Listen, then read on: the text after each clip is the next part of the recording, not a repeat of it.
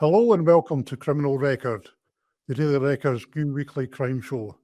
My name is Norman Silvester and I'm the Daily Record's crime reporter. Our special guest today is the former Metropolitan Police Detective Chief Inspector Colin Sutton. Colin Sutton was a senior investigating officer in the Metropolitan Police from January 2003 to January 2011, leading more than 30 successful murder investigations, notably the Levi Bellfield case and the successful reinvestigation of the 17-year reign of terror of burglar Delroy Grant, known as the Nightstalker. You may know him also from his Real Manhunter series on Sky Crime and his portrayal by Martin Clunes in the three-part Manhunt drama in 2019 and 2021, which featured the Bellfield and Grant investigations. Colin Sutton, welcome to Criminal Record. It's great to be here, Norman, eventually. Thank you. Thank you for joining us. Colin, first of all, what made you want to become a police officer? I know you come from a policing family. Tell us about that. Yeah, well, I had a great-grandfather who was a police constable in Tottenham, although I never knew him. He was dead before I was born. My father was a PC in the Met, and I'm an only child, and I guess I kind of got steeped in the culture and in seeing police officers about with my dad and all his friends and so forth. And it just seemed a natural thing to want to do. And of course, it's gone one stage further now because my son also has joined and is currently serving in the Met. So that's 4 generations in the police? Yeah, 4 out of 5 generations. Yeah, it's only my grandfathers. Yeah. Is being a police officer harder now than ever before? We hear about the modern stresses and strains of the job and the impacts on officers' mental health. We've reported recently in the Daily Record that more than 2,000 officers out of 16,500 are currently on light duties because of recovering from injuries and other medical conditions. Do we ask too much for police officers now? Do the kind of problems we hear about now exist in your day?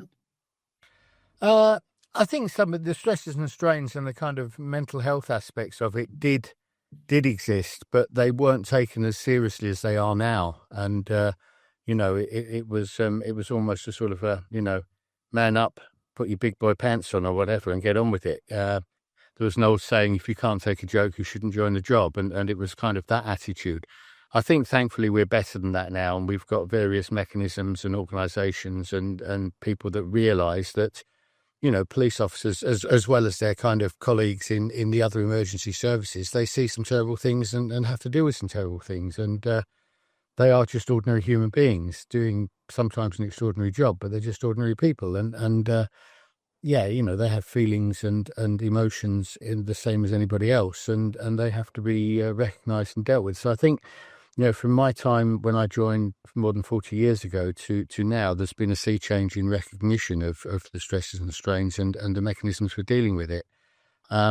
Is the job harder these days? Yes, it's harder than ever, I think. I think for the response officers, first they've had so many cuts to their numbers, so there are far fewer of them about, and they tend to find that, certainly in big cities, they're spending all their time blue lighting from call to call, with very little time for proactive work or very little time for contact with the public outside of those calls.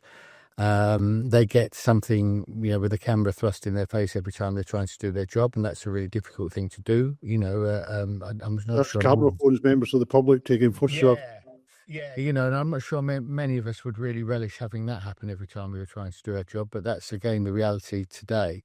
And on the camera phone theme, that's made a big difference to investigations, because the amount of data that is contained in one mobile phone or one iPad or one laptop is such that when you are trying to do investigations into things like rape investigations, where there's some kind of history between the victim and the perpetrator or something like that, going through and wading through all that data and all those photographs and these mounds and masses of data that people have in their pockets all the time has put a strain on that side of investigations as well. So fewer people, tougher conditions to police in, a reduction, I think, sadly, in trust as well, and a reduction in contact with the public and with the communities they serve. It all adds up together to a job that's much more difficult than it was when I was doing it.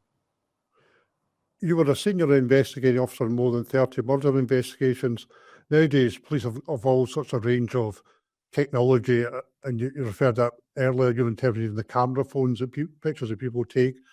Can you get away with murder? Is that possible at all nowadays?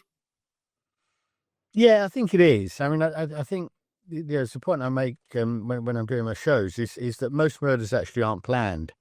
And so therefore, when they happen, the perpetrator hasn't taken into account all the various clever scientific and technological ways in which they can be solved now. But occasionally, some people will take those precautions, and you can take precautions against being caught because you know where the pitfalls are and where the opportunities for detection are going to arise, and you can take your sort of measures to avoid them. So I think you can. I think it's increasingly difficult to get away with it because we're such a surveillance society now in terms of CCTV, in terms of financial information and tracking of use of cards and cash machines and things like that. There's a lot of data out there and a lot of tricks and things that can be done. But yeah, I think if you were really determined and really clever, you could probably do it. But obviously harder. We hear now about higher detection rates for homicides because you've got CCTV, don't you? You can track people's movements through their mobile phone, through their laptop. Everybody leaves a kind of digital footprint now, don't they, whether they like it or not? Yeah, they do, and one of the things that's really impacted, I think, is when you get missing person inquiries, because they sort of say, "Oh, could they have disappeared? Could they have done a John Stonehouse or a canoe man or that sort of thing?" And I think that's almost impossible to do these days. You cannot survive and you cannot live in the current world without leaving a footprint somewhere. So, what changes would you like to see to improve policing and public confidence? Do we need more Bobbies in the beat, old style policing? More police stations, stop the closing programme, tasers. There's been calls recently for every police officer in Scotland town with tasers at moments about 3,000. What changes do we need to see just generally to increase policing confidence and public confidence? Yeah, I mean, I think just to get that out of the way straight away, I think that every police officer in the UK who is on frontline duties who wants a taser should have access to it.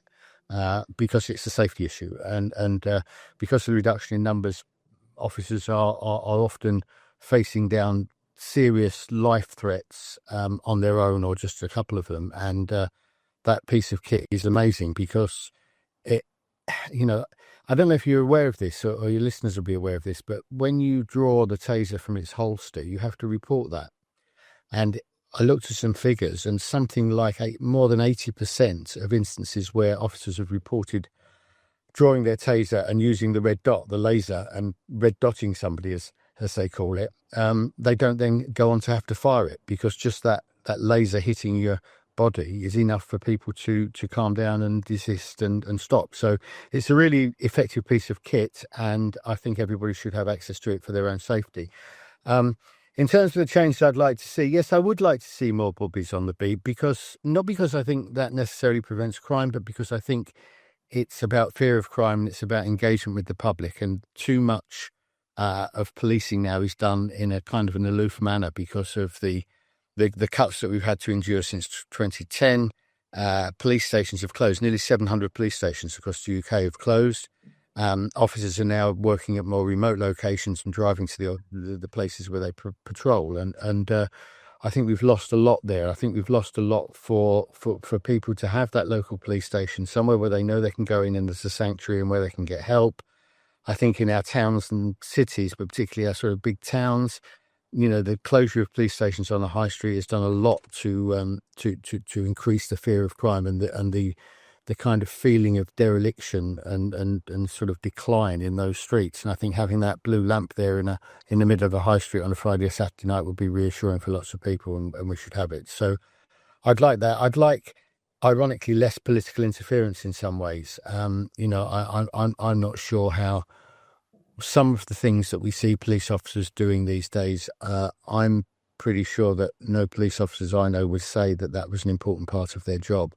But somehow they're getting cajoled into taking action against people for things that really don't matter to the community. and it's all about the community. It's all about the policing that those communities want, and I think that starts with engagement, and engagement isn't just online. Engagement has to be face to face, and so we've lost so much by closing all the police stations. So I'd like to see that, and Coming back to the tasers, you see Yeah. it is a good preventative measure, that it can de-escalate situations. Yeah. I think, as you said earlier, all cases are investigated by the various regulatory authorities across the UK. But at the end of the day, if you're not discharging it, that's an advantage, and it's de-escalating situations and giving the police back a bit more control. Yeah, absolutely that, and they're not all investigated as such in the same way as the firearms use would be investigated, but you have to report it. You have to report the fact that you deholstered your taser and to use the phrase, red dotted somebody. But what we see is that more than 80% of those situations then end there, because the person who's acting up and who's causing the threat suddenly realises they don't want to be tasered. And as I understand it, I've not been tasered myself, but I understand it's a very unpleasant experience. I think people know that and they avoid it. So it's just the likelihood or the threat, I suppose, of its use by that red dot appearing on your body seems to de-escalate many situations. So, yeah, I'm obviously, as you'd expect with my son being a police officer, I'm all for the safety of officers. I really am. And I'm going to say that, yeah. about the increasing number of assaults, so that would give them good protection, wouldn't it? Yeah, I think that's right, and I think it's only fair that we do that. That we try and take care. We've thankfully still got cohorts of young men and women who are brave enough and committed to their community enough to volunteer to do this difficult job on our behalf, and we owe it to them to protect them while they're doing that job. Yeah. I think it's also been suggested that actually a taser, even if you are tasered, it's potentially safer than perhaps being struck with a side-handled baton. Ironically. Absolutely right. I mean, there is the people don't understand this. There's a sliding scale, and the taser is below that thing, and those side-handled batons are indeed the metal asps that are used. Although they've since I was issued with mine about 15 years ago, they've used a different sort of metal now. They're not as heavy as they were, but they're quite a weapon and can inflict really serious injury. Whereas the taser, in most cases, is unpleasant, but it's not going to be a long-term problem for you. Mm-hmm. Tell us about Levi Bellfield. You identified him for the murders of two young women, Marshall MacDonald and then Emily Delroy Grant, and he was later convicted of the murder of Millie Dowler. Do you think there are other victims out there? Could he be Britain's worst serial killer? Where does he rank in your own experience in terms of his prolific criminality and danger to the public? I mean, we looked pretty sort of carefully at outstanding murders, and I still don't believe, or certainly don't know of any evidence that points to him committing other murders. Having said that, he was such a prolific offender in terms of his assaults, his sexual assaults, and things like that, that there are scores of other victims of him, I'm sure. We did a lot of work after he was convicted of our 2 murders and 1 attempted murder and got 3 whole life tariffs. And we came up with a list of offences that we thought we could investigate. And I submitted it to my bosses and said, do you want us to carry on with this? And they took the decision that it was better to use the resources against people who were a threat. And he didn't represent a threat anymore because he was in prison forever. And I understand that. And I see that as a sort of a cost-benefit analysis. So that was a sensible decision. Doesn't help the victims at all, but that was the decision that was made. So, I mean, there are lots and lots of other victims of this man because he was completely prolific. He was completely narcissistic. He was completely kind of in his own world where only what he thought and what he thought mattered drove what he did. So he had no regard for any other people at all in anything that he did. In the kind of all the people that I came across over 30 years, he is outstanding as the most dangerous and the most prolific, nasty, evil offender. There's no doubt about that. And there may be other women who maybe haven't come forward for whatever reason. You often find that There may be Yeah. quite justifiable reasons. Perhaps somebody was in a relationship with, they're embarrassed or coming forward. I mean, Yeah. these are the ones we never really know about, often the unseen, unknown victims.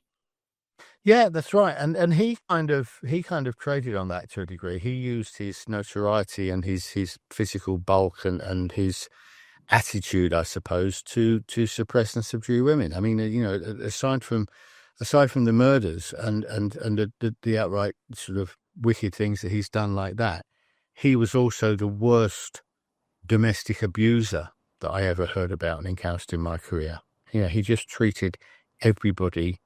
Every woman that ever crossed his path, apart from his mother, came out of the relationship harmed. And he wasn't, to all intents and purposes, though he'd served some time in prison, he was a law-abiding citizen. I think he ran a car clamping business. So he would be, for all intents and purposes, on the surface anyway, not somebody who would normally come to the attention of the police. Yeah, I mean, I think we're, I think law-abiding is doing a lot of heavy lifting in that statement, really, Norman, the way that he did his car clamping. But yeah, I mean, he was, the thing with him was, he was very likable. That sounds ridiculous. He was very charming. He was very plausible. And he used that throughout his life, not only to attract women and to rope women into his way of thinking and get them within his control. But he was also able to use that with police officers and lawyers and magistrates and probation officers. And so when we actually looked at his intelligence file, when we identified him as our suspect, there was a lot in there. It was, it was a 2 or 3 inch pile of paper once it was printed. But there were relatively few convictions in there. He was able generally to wriggle his way out of it or worm his way and talk his way out of things. He was very clever at that. So the previous convictions he had weren't all that much. But having said that, I mean, it was very interesting. He still thought that he could talk his way out of the murder trials. And he was cocky and confident when we went to the Old Bailey for the trial. And there was a turning point. There was a turning point when he was being cross-examined by Brian Ortman, who was our leading counsel, who did an absolutely wonderful and magnificent job. And Brian Ortman was asking Levi questions about a car that he'd disposed of. And he was lying, and Ortman knew he was lying, and he tied him in absolute knots with it. And Bellfield realised at that point, you could almost see the light bulb come on above his head. He realised at that point, I'm not going to win this time. Actually, I've met my match. These people are better than me. And he knew that, and you saw him get deflated from that point onwards in the trial. But up until then, he thought he was going to talk his way out and walk away like he had done so many times in his life previously. In many ways, a classic psychopath. Charming man. Yeah, charming, the charm, the narcissism, the disregard for the law, disregard for anybody else, the need for instant gratification. There are lots of I'm no psychologist, but lots of I think sort of tick boxes for psychopathy. Yeah, I'm absolutely sure of that. Another notable inquiry was the one into Delroy Grant. Now that was many ways a cold case review. It was a series of attacks between 1992 to 2009, between 92 and 2009 in the southeast of London. He was a burglar. He would break into the homes of elderly people. He was carry out a variety of sexual assaults, including rape. He was eventually caught by your team, given 4 life sentences for 22 offences. But in reality, I think it's been suggested there's been, I think the figure I've seen is maybe 600 cases, some of which may never have been reported because the victims were too traumatised. Tell me a bit about that, because that struck me as a bit of an older bit new. You used modern technology like DNA, CCTV, but there was a lot of old-fashioned boots on the ground, wasn't it? It was a bit of a mixture of that inquiry. Yeah, it was. I mean, it wasn't really a cold case because he was still active. When I went over, I was sent over in 2009. He'd been at it for 17 years. In terms of numbers, I can say with confidence 450. And then there are the ones we don't know about, so that may well get on towards 600. He was essentially a burglar who burgled old ladies mostly, with some men, but elderly people. His youngest victim was 68. His oldest was 94.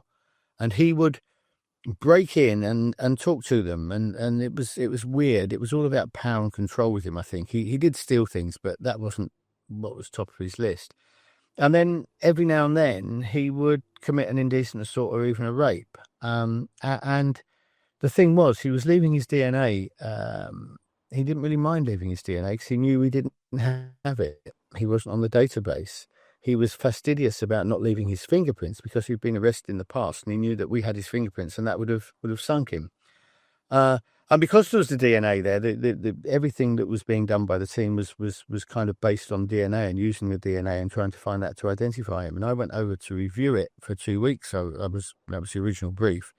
And I kind of asked the question, well, what if we didn't have the DNA? And I realised that what we actually had was a burglar who sometimes committed sex offences, not just a sex offender. And so I thought, well, how do we attack burglary? How do we catch prolific burglars? And yeah, rather than sort of trying to be clever and use the DNA and hope that would help us, we ignored it, and we just did old-fashioned crime pattern analysis on where he was most likely to turn up and commit another crime, and then put a surveillance team around it. And we did that on the 17th day of the operation. He came along and tried to break into an old lady's bungalow in front of us, and he was arrested, and that was sort of 17 years. 17 years of terror for the elderly population in a quarter of London was ended after 17 days of our operation. So it worked. We were lucky it worked. It might not have worked. It didn't have to work, but it kind of shows if you know what it's like. Sometimes you get a fresh pair of eyes on things, and when you've been looking at something for many years, as that team had, you become a little bit, I don't know, you take things for granted, I suppose. You don't question the things that you've been doing for the last 17 years. And it takes somebody with no knowledge at all to come in from the outside and sort of say, why are you doing that? And that's how it happened. But what I'll say is that team were amazing as well, because I kind of rocked up there. I didn't know any of them. It was a part of London I'd never worked in. I didn't know anybody on the team. And I rocked up and said, we're going to change it. We're going to do it all differently. And that didn't have to go well, did it? But it did, and they bought into it, and we were successful. So yeah, it was a good job. And also taking a very dangerous man off the streets. Yeah, he was. It's funny. People often say to me, "Who was worse, Bellfield or Grant?" And I struggle with that somehow, because Bellfield was completely awful and wicked and vile to everybody all the time, but there's a degree of that you knew what you were getting, whereas Delroy Grant had this ability to switch on and off, and he could be charming and helpful, and this probably shows the distinction. When we arrested, or when we charged Bellfield, people who knew him, acquaintances of his, said, we've always known that he's a wrong and it was just a matter of time. Okay.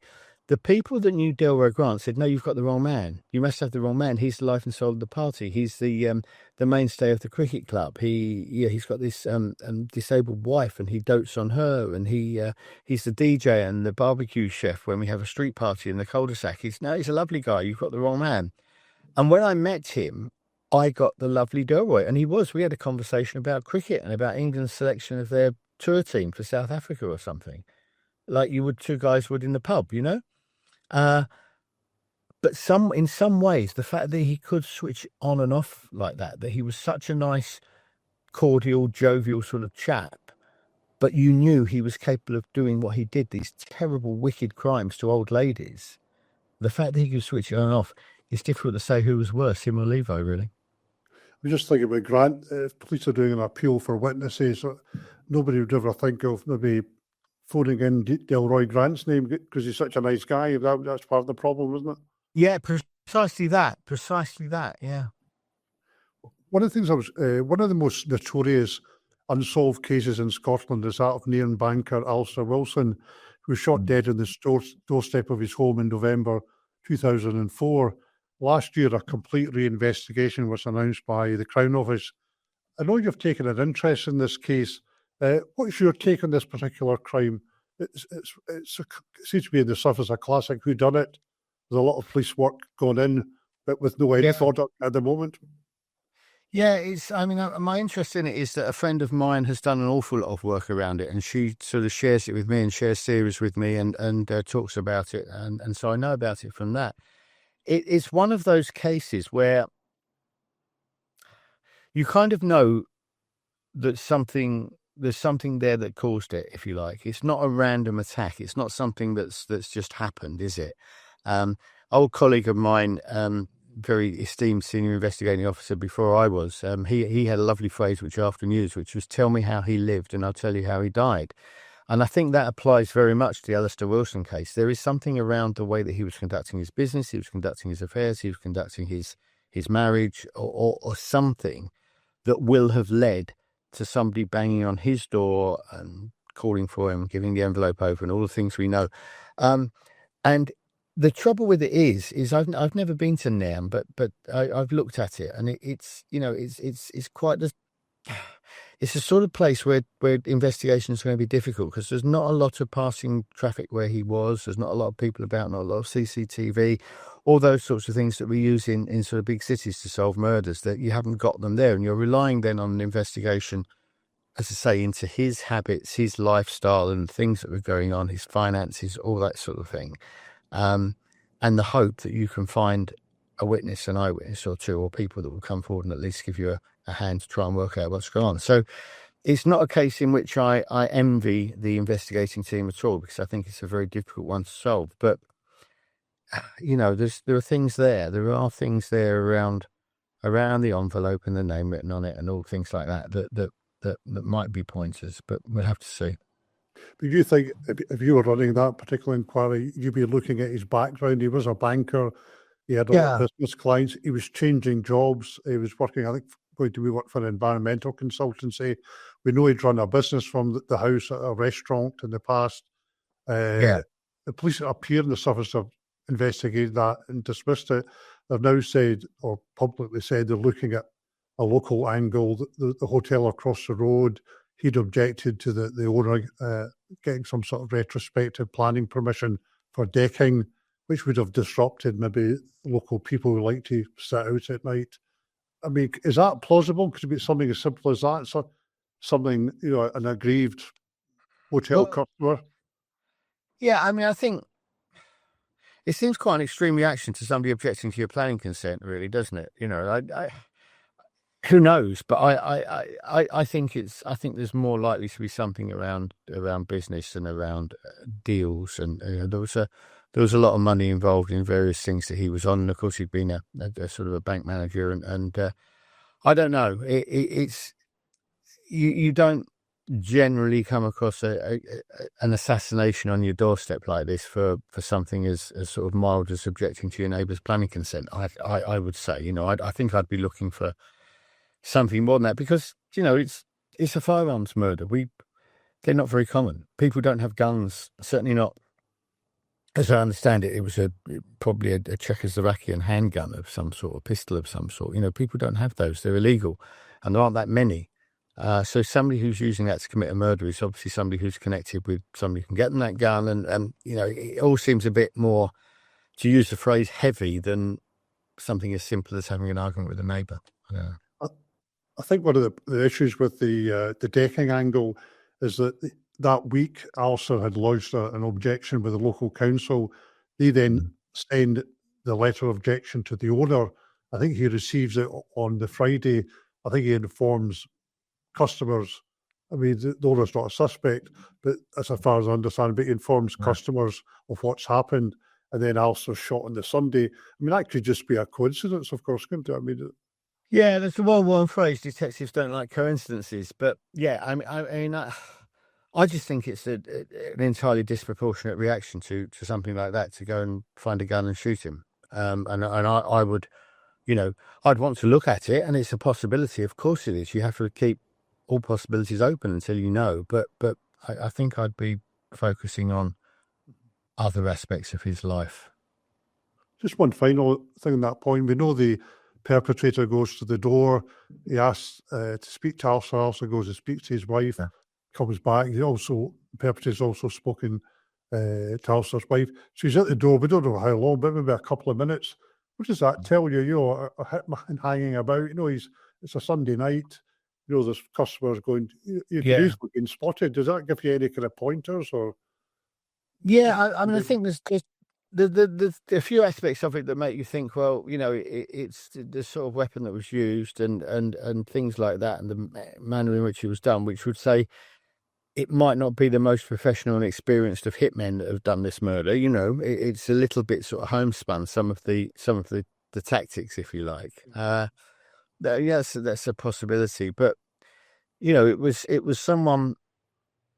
Obviously, you know, it was obviously targeted against Alistair, because if Alistair had come to the door rather than his wife, then presumably he would have been shot there and then. But whoever was there had the confidence to ask for him to come. It was absolutely targeted on him for some reason. So, you know, I still go back to say what you do then is you find out as much as you can about him and about his connections and about his business, and see if something falls out of that. What are you up? Tell us what you're up to just now. Tell us about your one-man show and forthcoming dates in Scotland. I think you've got one in Aberdeen and one in Hamilton later this month. Yeah, Motherwell, sorry. What I'm up to at the moment is sitting in a Morrison's car park near Stoke-on-Trent, because it's a glamorous life like that. I've been doing this one-man show talking about murder all over the UK since last September. It's nearly 12 months since we started. I've now done about 120, and I've got about 15 shows left in the tour. I'm coming back to Scotland. I've been there already. I came to Edinburgh last year. Then I did 5 dates in Scotland in June, which was great. I took my golf clubs with me and I had a wonderful time. And I've got Hamilton on the 27th of September. I can't remember the name of the theatre, but I don't know. The Townhouse in Hamilton. There is a question that I might be doing Aberdeen on the 28th, but I haven't had that confirmed yet. That's something that's been added in. But if there is, then that would be great, because I've not been up. I think Arbroath was the furthest north that I got been so far in Scotland. So it'd be nice to get up to Aberdeen as well. It's great. People are coming. It's not a criminology lecture. It's meant to be entertaining, and there's even people come out laughing at some parts of it, but it's quite serious by the time we finish. It goes on for a couple of hours with a break in the middle. We've been getting good crowds. I hang around afterwards, and if people bring their books along, I sign them. I don't sell anything, because I think that's a bit tacky, but if they bring their books along or whatever, then I sign it for them, have a photo, have a chat with them. And it's been amazing, because I've had the chance, you know, these people have been good enough to buy my books and to watch my TV shows and things, and I get a chance to meet them in person, and there's something a bit more intimate, isn't there, about doing it in a theatre and talking around, looking forward to it. So I'm off now to Bradford tonight. I'm in Bradford tonight, which would be great. It's the city I worked in when I worked for West Yorkshire Police, so I'm pleased to go back there. I had amazing receptions in all the gigs in Scotland. I had a really, really good time there, and people even said they could understand what I was saying sometimes, so that was marvellous. You did the famous old Glasgow Pavilion Theatre, didn't you, which has many major acts over the years? Absolutely, yeah. You realise you're treading in the footsteps of giants when you go to that place. I tell you, you know. Yeah, I mean, I'm just a copper from North London who things keep happening to, and I'm just going with the flow. And I look around at the real, genuine stars that have been in some of these places, and that's one of them. It's all a bit weird, really, but you know, you take what life throws at you, and I'm having a great time, and hopefully entertaining people while I do it. Finally, talking about Scotland, the country's been in the throes of a gangland war between a violent gangland feud-stroke war between rival organised crime groups. We saw a double murder in Fungirola in Spain at the end of May. What we're seeing is growing influence of organised crime in our communities, and we know about the billions that can be made now from the international drugs trade. What's your take on organised crime? And is it getting out of control? You know, we see that, as I say, the billions that can be made from cocaine. A lot of our criminals are now dealing direct with the South American cartels. What's your take on organised crime and its influence? Well, we've always had organised crime to a degree, haven't we? You know, if you go back 50 years, 60 years, 70 years, we still had organised crime in various guises. The big shift came really in the sort of 80s, with the shift away from stealing money to stealing to importing drugs, and you know, people realised the easy money was there to be made out of importing and selling drugs rather than going across the pavement with a shotgun and stealing a bag of money. Now we've got the added to a difficulty of people trafficking as well, and there's a huge amount of money to be made in that, and that's an organised crime thing that we see everywhere, and it has its influence on our society generally because in terms of the money laundering and what we see with various businesses or businesses in inverted commas that we see on our high streets where the money's laundered and things like that. It is difficult because it's why to a degree we talk about the people trafficking, smash the gangs. We've been trying to smash gangs from organised crime for the last 50, 60, 70 years. And we've not been that successful in it. Everyone said the way to stop the drugs problem was to smash the gangs, if you like, go to the top, the people who are doing it. And that's not possible because there's just so much money to be made that it makes them extremely determined, but it also gives them the resources. They've got more resources than the police and National Crime Agency and the people who are taking them on. And we have successes every now and then.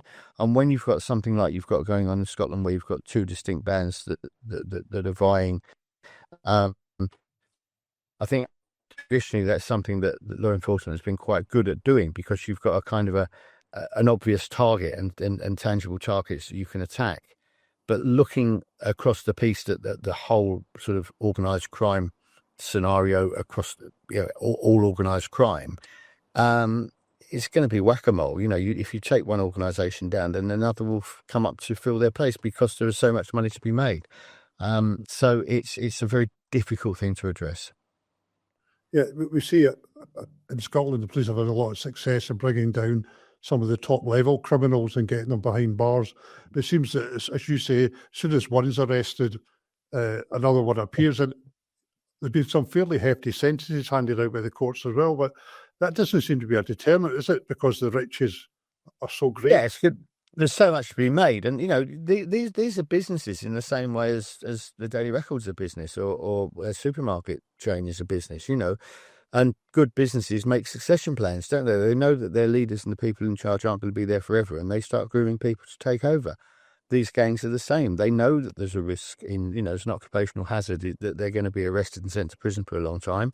So if that happens, we can't, we either give up or everything carries on, and we need somebody to fill the gap, and that's what happens. And we've seen it going back to 100 years to the mob in America and things like that. They have a hierarchy, and that hierarchy comes into operation when somebody gets arrested and taken out of the game. And it's sometimes I think in terms of what we did. I was involved in a drugs operation in about 30 years ago in London, where we realised that actually to try and take down the kingpins, the people at the top, was very difficult. But what we could do is to try and make sure that the effects of it for the quality of life for ordinary individual people in residential parts of London we could do something about that. So what we did was, rather than the old sort of adage of going for the top and cutting the head off the snake, we actually went down to ground level and said, let's take out as many of the street dealers as we can.